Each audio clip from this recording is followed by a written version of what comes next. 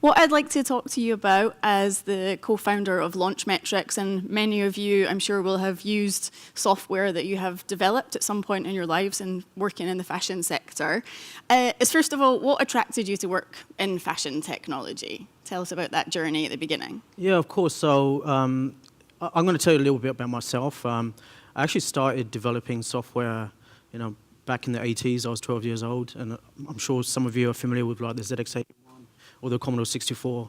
And this was like a really amazing time, for me, because at that time you actually learn how to code to actually play video games. And really that there's a lot of experiences that set me up to starting the company Fashion GPS, which actually become Launchmetrics. So that journey has really been a long journey. I've had 20 jobs, 6 failed companies, and I think what I actually just want to share here is in my experience building a fashion tech company, there's been multiple things. Being an entrepreneur, I have a family, I have 2 kids. There's the personal side of it. There's also the business side of it. But what's also intriguing, for me, was my story, how I actually ended up in this journey. So I moved to New York in 2000, and I was working for a company, a very big corporate. And for me, being an entrepreneur, I really actually wanted to, start a company. And I went back to basics. I started fixing computers around New York City. What was amazing with this, I actually met a lot of different people, from celebrities, all sorts, from lawyers. And there was one company called KCD that started fixing, publicists actually asked me to fix their computer. That then ended up is, you're so good at this technology stuff, can you build a system to manage your samples? For me, I was just like, what is this crazy company? There's models, there's clothes, there's, it was just, it's something I just didn't understand, being a tech guy. But with that, I ended up building a very simple system that managed samples. I'm sure a lot of you know, this is the most important thing, samples. It's the prototype when you're launching your collection. And it was a very basic system that allowed them to track this.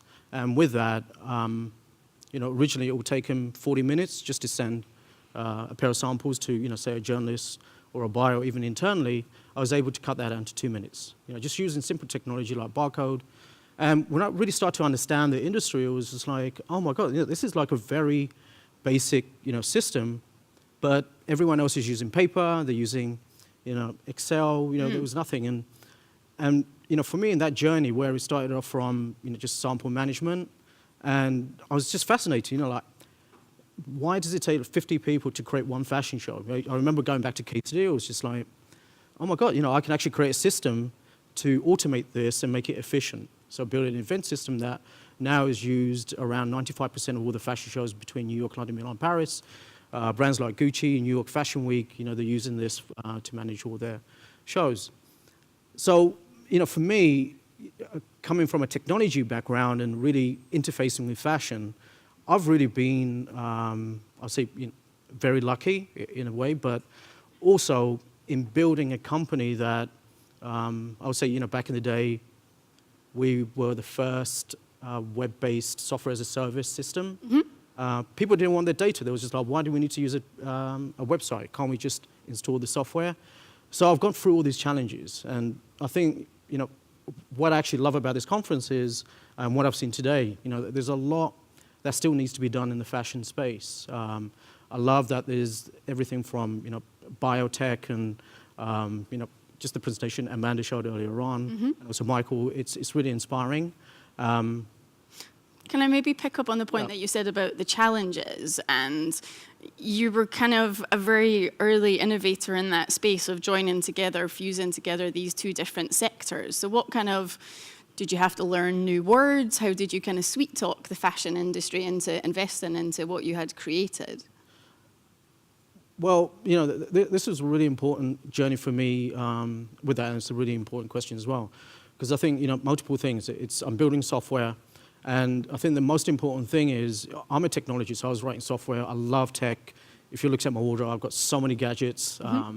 But I think at the end of the day, we're all humans, relationships, and really that's why I leverage. When I was doing my computer repair, I actually met a tremendous amount of people that really helped me through that journey. So, for me, building it was, I was so passionate about technology. I was also so passionate about the industry that it really needed, technology that would advance, from, efficiencies. So really that was the inspiration. And what about, obviously, kind of data was a massive part and has been a massive part of the businesses that you've put together. Where do you see the kind of discussions in the sector? How have you seen them kind of progress over time? Yeah, as part of, the company, it's very organic, so when we were growing up, back in 2006, I wasn't really thinking about data.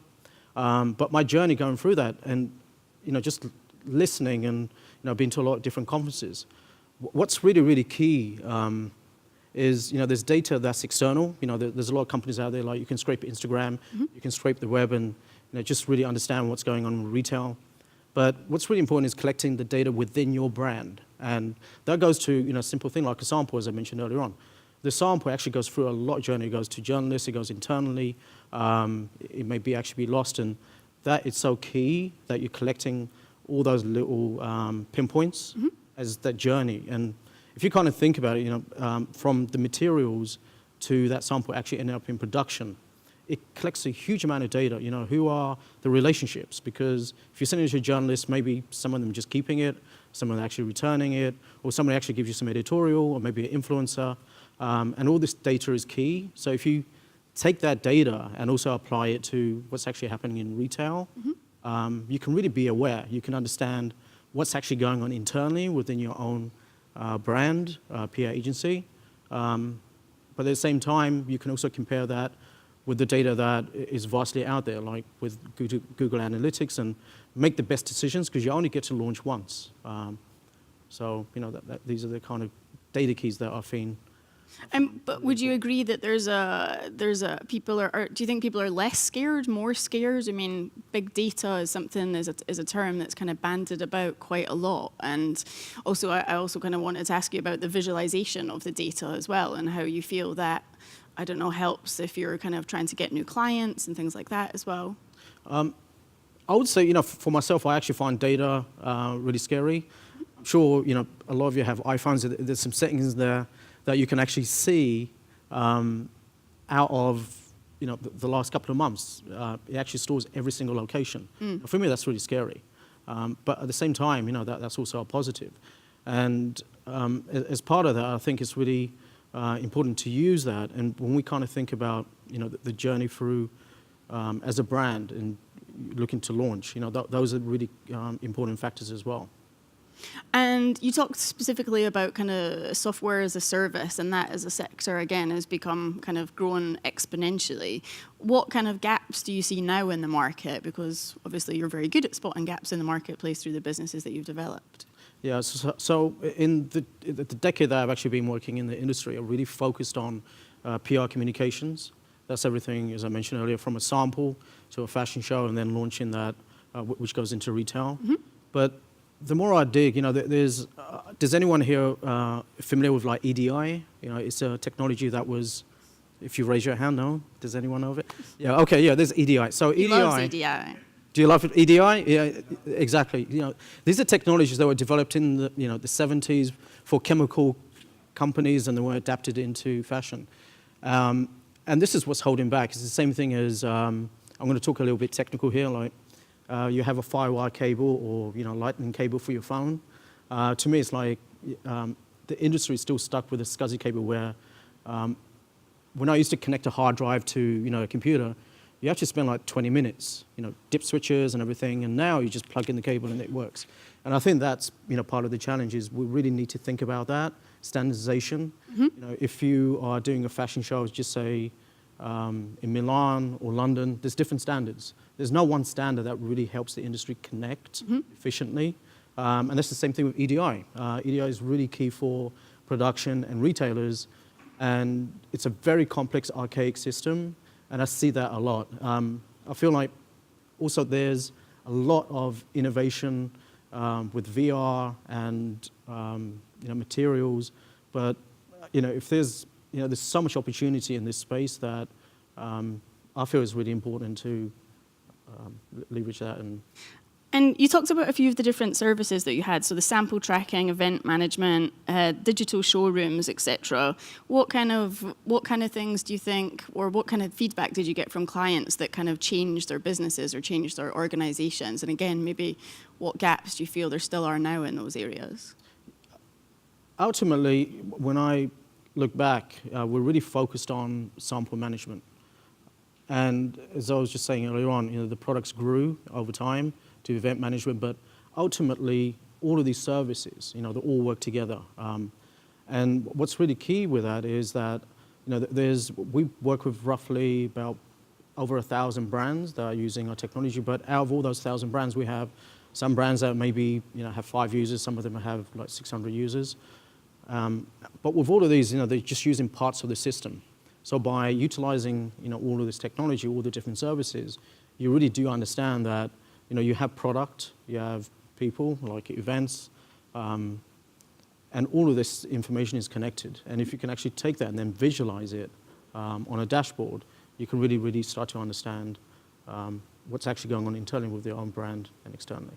I would love to see a visualization of that sample and how the sample tracks all around the world, again, from a kind of sustainability perspective, etc. I know that's kind of a bit tricky. No, totally, but I think that's, some of the discussions that need to happen. Because, there's a lot of waste in samples. Mm-hmm. I saw something, which H&M, they're doing something on the virtual side, but there's still hundreds of thousands of samples that are either destroyed or not used, and, if they're tracked, and this could be an important factor. That can actually happen right now. And what about, we've talked a little bit about visualization, but in terms of, you talked about the dashboard there and the user experience, how did you kind of develop that over time? Was it kind of highly strategic? How often did you kind of, and then maybe an extra question as well. So you built the system for KCD in the first instance. How rapidly did it change as soon as other people realized about that kind of gift that you'd kind of created for the sector? Yeah, it was a long journey. With KCD, when I first developed it, it was very basic. I spent a lot of the time with them just to really understand the process. Mm-hmm. But really what happened was that journey where one of the clients was Marc Jacobs, and they started seeing barcodes, so I ended up meeting with them and doing a deal. And really, for me, the industry built the system. Mm-hmm. I was just there to execute. And now there's philosophies around this where if you're creating user interfaces, you have to do case studies, maybe internally, externally. For me, it was just listening. I used to spend a day at one client, really understand, take notes, and then the next day send that to developers. And now it's called agile development. At the time, I was just doing it. Mm-hmm. So for me, I think that's really important. It's even though it's technology and there's a lot that you can do in tech, I think it's the human element. Mm-hmm. And there's actually one amazing story where there was one client, Carla, and she was at Donna Karan.